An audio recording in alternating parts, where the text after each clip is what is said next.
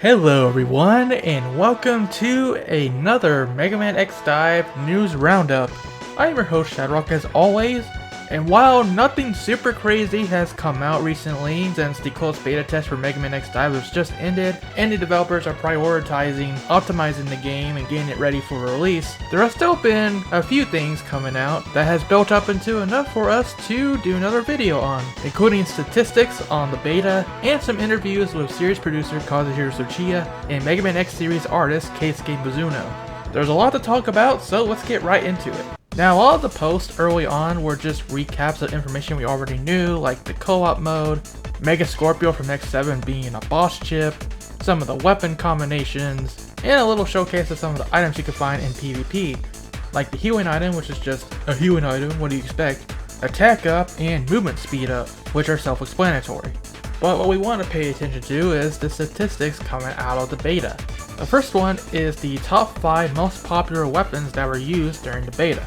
At number 1 we have the Sniper Buster, number 2 Falcon Buster, number 3 Beam Machine, number 4 Military Buster or Zero's Buster, and number 5 the ZX Saber, which is pretty awesome. Yeah, this about lines up with what I saw during the beta test. Falcon Buster and Sniper Buster do a lot of damage for just one shot. They are a bit slow, but they do pack a punch. And I personally use Falcon Buster and ZX Saber a lot in PvP and during my runs. I didn't get Sniper Buster at all, so fortunately I couldn't use it. Beam Machine Gun is also a weapon I heard that was really good. And our own hero editor also used the Military Buster a lot himself.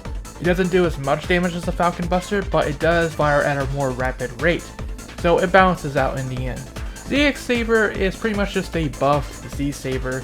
Obviously, it's a higher rank, it does more damage, and it has a little bit more range. Maybe not a whole lot, but it's there. And of course, it's just way more epic looking. So what do you guys think? What was your favorite weapon during the closed beta test? After that, the developer showed us the top 8 most popular characters that were used during the closed beta test.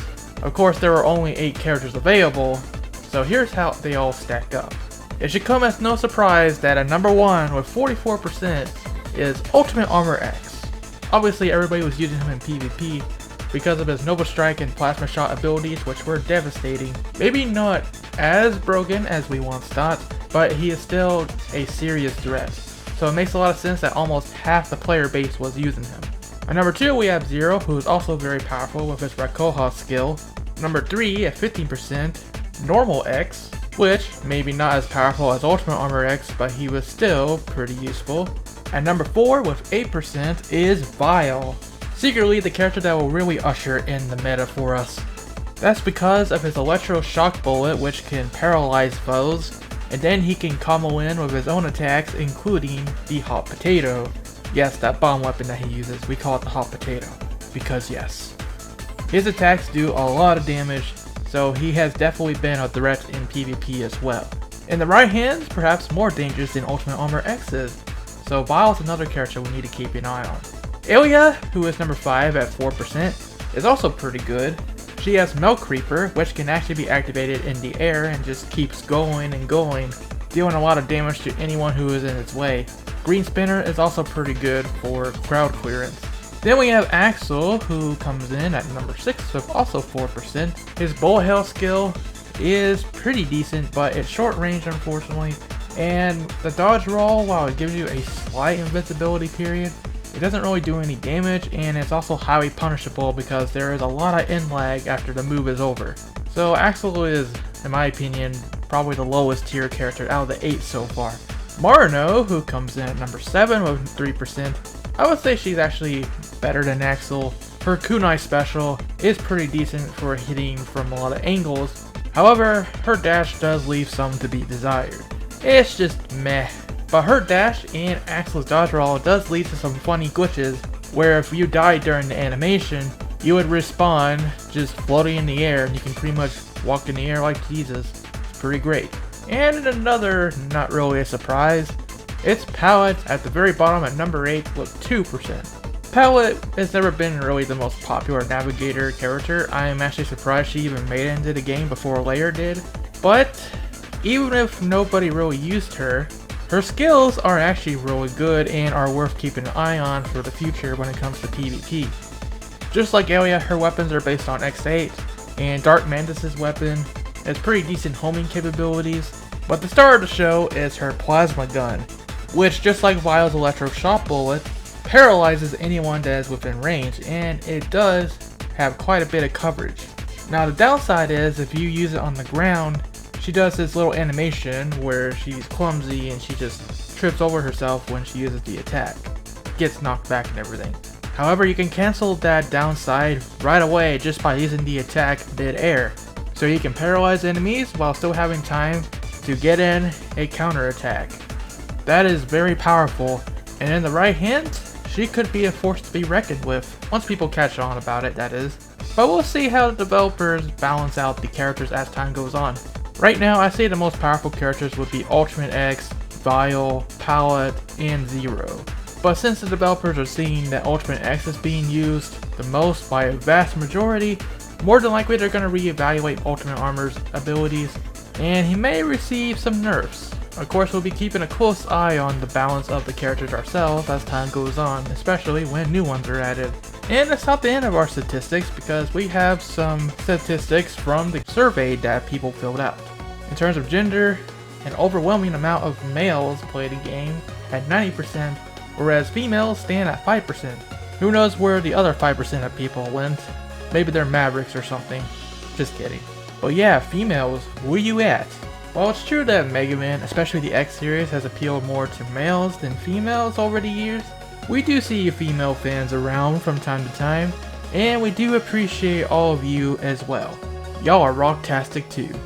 Another statistic that's kind of interesting is the age groups. So 10.5% are players that are 17 years or under, 31% are 18 to 24 years old, and a whopping 48.8% of players were ages between 25 and 34.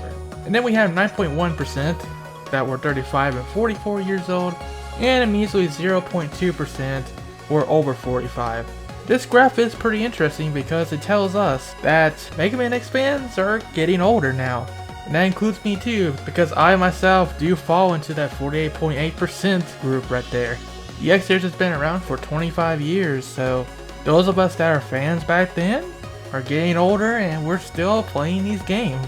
As we can see with the vast majority of people that were playing this. And you get to see how, because Mega Man has been away for 8 years, a lot of the younger group, being 17 and under, haven't been really playing Mega Man as much as the older age groups that still remember him. But that's just why it's such a great thing for this mobile game to happen, and for Mega Man coming back in general, of all these new games and merchandise, and even the fully charged TV show.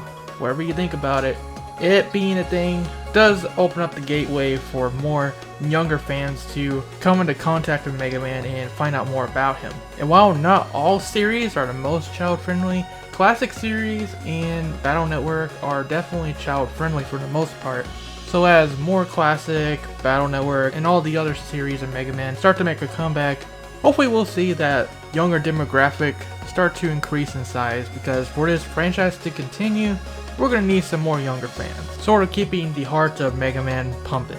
With that out of the way, we do have the statistics for where people were playing Mega Man X DiVE. Obviously, since the game's home is at Capcom Taiwan, it makes a lot of sense that 16% of the people were in Taiwan indeed. The other majority were people from the United States, like me, at 15.4%. Then we have Malaysia at 7.8%, the Philippines at 7.7%, Brazil at 6.3%, and Thailand at 5.5%. Very cool that English audiences are also super interested in this game, which is to be expected. So, of course, the developers are probably going to take a look at this and say, okay, we need to get that English localization underway. And then we have another cool little graph showing how many people that play this game have played past Mega Man series.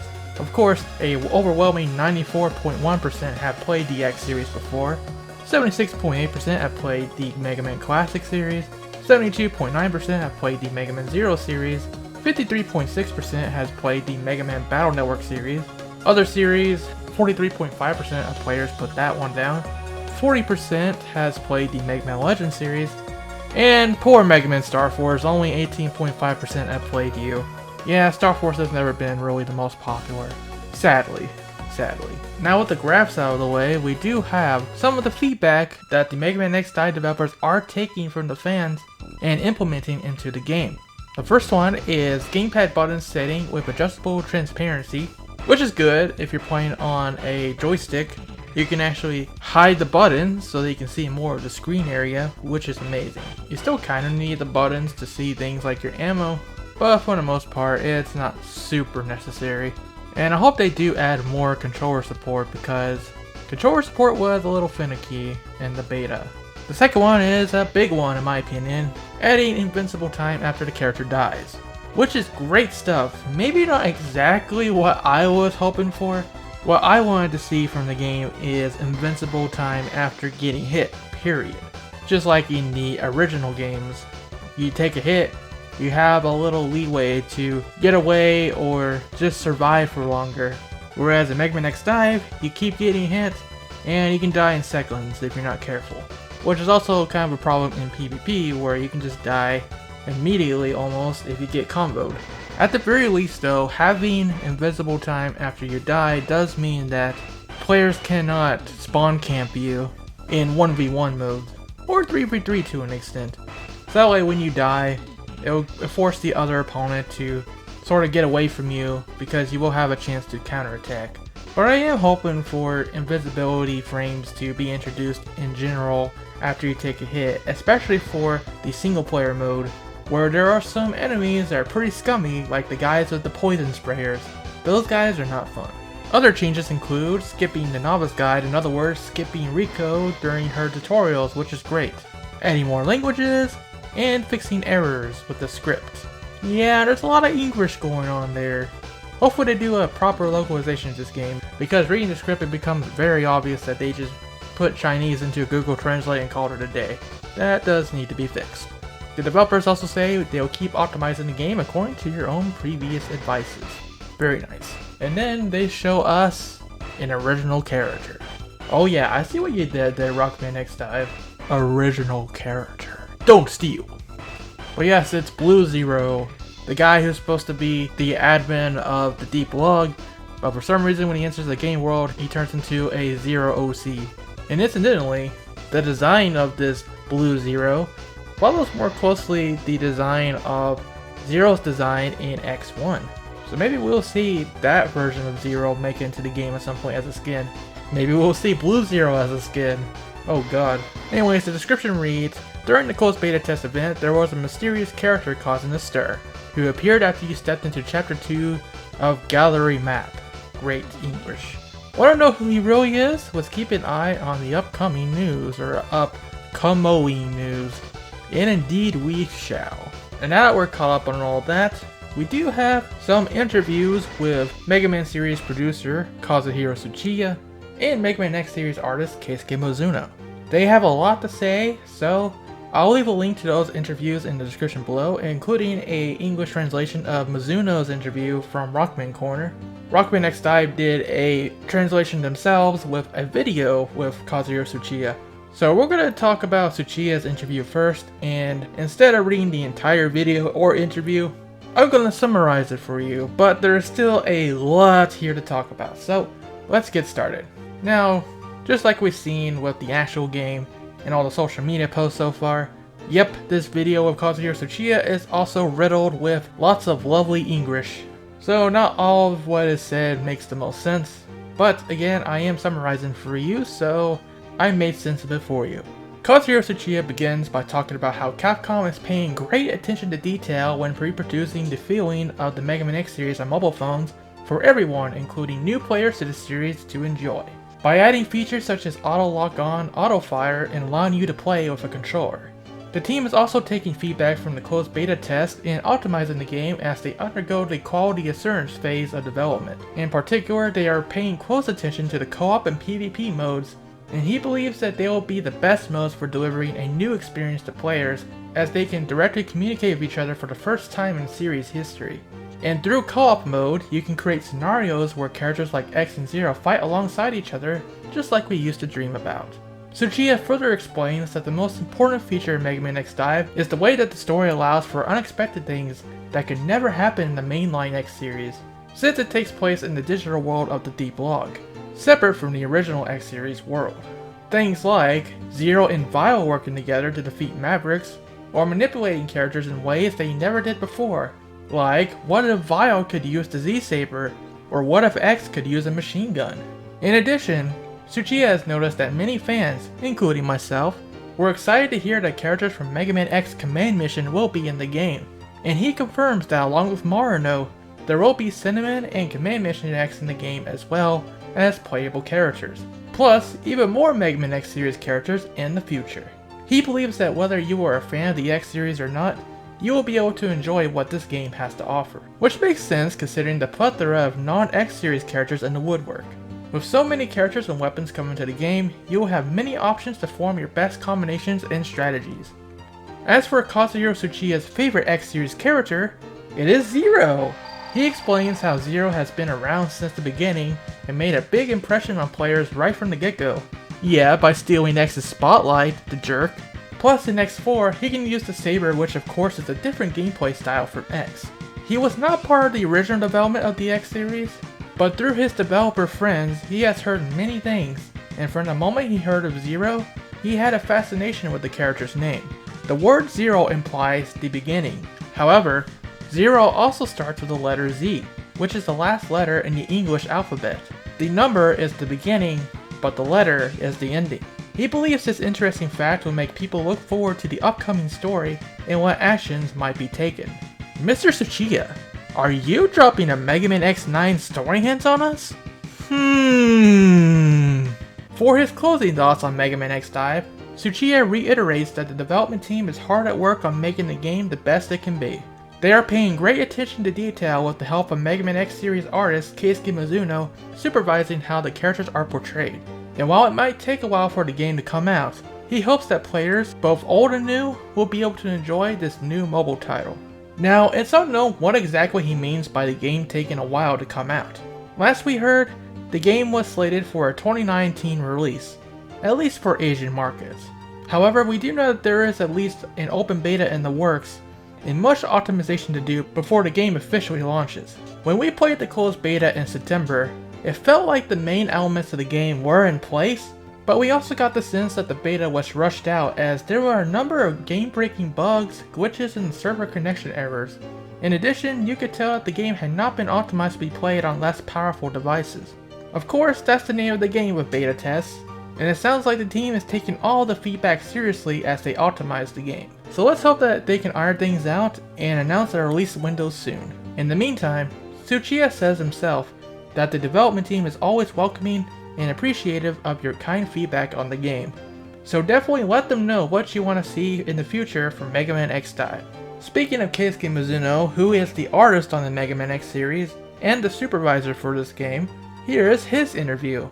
The Mega Man X series has always been a home console series up to this point, so when Mizuno heard that a mobile game was in development, even though the concept did sound appealing to him, he was rightfully worried that it would not be possible to reproduce the same level of control that's felt in the X series on a mobile device. However, he was very surprised to find that even though you will need some time to get used to the controls, he could control X smoothly, even without using a joystick, thanks to the team adjusting the movements to suit mobile devices. For Mega Man X Dive, Keisuke Mizuno is working as a supervisor of finished artworks such as 3D models, and he has also designed some of the illustrations of the main cast and participated in designing original characters such as our lovely navigator, Rico. Otherwise, Capcom Taiwan's artist team handles almost all of the artwork themselves, and he describes working with them as a very pleasurable environment, as they are creating the artwork with feelings of respect for the Mega Man X series. Mizuno confirms that all the 3D models in Mega Man X Dive are built from the ground up for this game. The idea is to emulate the style that he used for the Mega Man X Legacy Collection artwork, when designing the 3D models and illustrations for this game. Since there are a ton of returning characters, he is going at this as if he were drawing the characters himself today. Mizuno puts a great focus on making sure the faces and proportions of the characters are in sync with the original series, so he has at times advised the team to redraw certain pieces of art Orbate changes the 3D models after he receives the image and draws on it what he would like to be adjusted. Or he would even redraw things himself despite the fact that he is only supervising. The actual 3D modeling process is up to the 3D artist. One of the most challenging tasks for the team has been designing characters and weapons when they have no references for their backside or only have a pixelated sprite to go on. Mizuno was also happy to hear that the Mega Man X Command Mission characters have gotten a lot of attention from fans, since Command Mission was the first project that he helped Ryuichi Higurashi on when he started at Capcom. The fact that the characters were the first ones he participated in illustrating gives him a lot of feelings. Mizuno is happy to think about how he can draw things properly nowadays, unlike back when he was helping with Command Mission. Boy, would I love to see him tackle a Command Mission remake or sequel in this age. When designing the new navigator, Rico, the development team has set out a few requirements. Having shorter hair in order to look lively, side ponytail to show cuteness, main concept being a military style uniform, and she has to wear shorts. Mizuno had this to say about Rico. I remember we fiercely discussed the above requirements at first. Those elements were used as a starting point, combined with supporting elements with the imagery of Administrator and Navigator, plus light blue eyes and hair that can be associated to being a resident in the digital world. The world view of this character is different from Ilya or Nana, as she's someone who looks down on Rockman X's world with a bird's eye view, thus her status is pretty different as well. In a bit of a hyperbolic sense, you are not very fixated on her looks. There's no set rules for her regarding the need to follow the Rockman style where limbs tend to be bigger, and from that aspect it actually felt more difficult to form a design concept. But of course her final appearance was still in accordance to the worldview of Rockman X series in the end. I personally found the design of Rico pretty refreshing." End quote. Keisuke Mizuno believes that since the Mega Man X DiVE's world is all digital using game data, it will allow them to create new ideas, such as, what if this kind of character existed in the Mega Man X series, allowing ones in relation to previous characters to retake the stage, or even characters that were cut from the development of the original games due to insufficient space or being abandoned to make a comeback, which could turn out to be super interesting. One example he calls out is a character designed to be the member of the 14th Martial Arts Maverick Hunter unit led by Mega Man X4's Magma Dragoon. He thinks it would be neat to let this character appear as a fighting type and be used in the PvP modes. Man, if they are really thinking about bringing back any old character, even taking back up old concepts that didn't originally make the cut, it really does feel like anything is on the table for new characters in Mega Man X DiVE. Another cut character that comes to mind was that there was going to be a female X-Hunter in Mega Man X2 at some point in development, so maybe that character could be in the game at some point as well. Mizuno was also asked about his favorite character, but he loves all the characters in the series, so it was hard for him to choose one. It's okay, Mr. Mizuno. Me too. Me too. In particular, he calls out enemy characters such as Vile, the X-Hunters, and Sigma. He would often develop his own dramatic headcanons about how Sigma used to be like before he turned on the humans. Main characters like Mega Man X are also very interesting to him, with X's ability to think and worry like a real human. It absolutely scares Mizuno to think about what kind of answers X may arrive at after thinking deeply about Dr. Light's ideal of having humans and robots live together in harmony. You know, this almost feels like it could be another hint at what Capcom could be planning for a potential Mega Man X9 too. From the perspective of a fan, Mizuno is very interested in seeing characters fighting alongside each other, disregarding their pasts, and even seeing the same characters like X and Ultimate Armor X fighting at the same time. He believes this is the game's greatest merit. He's also looking forward to seeing characters that he's interested in appearing, finding out what actions Rico will take in the future, and learning about the identity of the most original character in the world, Blue Zero, that not even Rico knows about. Plus, he is curious to see how players will react to the versus modes in the game. And I'll let Keisuke Mizuno take it away with his own closing thoughts on Mega Man X DiVE. Even though it's only one part, I feel very satisfied to be able to participate in the development and be able to provide Rockman X to the players in a new game format. The characters in this game have been loved and supported by fans over the years for a very long time, so I often tell myself that I need to become a master at knowing the character's charm and appeals. Also, this franchise has had a long history, so I often remind myself that I'm borrowing the accomplishments that my predecessors worked very hard on. I work on the game with those attitudes in mind. I believe the other developers feel the same way as well. I hope everyone will be able to get to know the newly created Rico as a character in the Rockman X series. It's a very interesting game, and I hope everyone gives it a try. I'm already looking forward to it coming online. Once it's live, let us meet inside the deep log. And with that, it's time for us to log out from the deep log, because this is the end of our roundup for Mega Man X Dive. Thank you so much for watching, and for more on Mega Man X Dive and all things Mega Man, such as more news that we're about to work on after this, stay tuned to ShadowRockZX. Until next time, rock on and have a great day.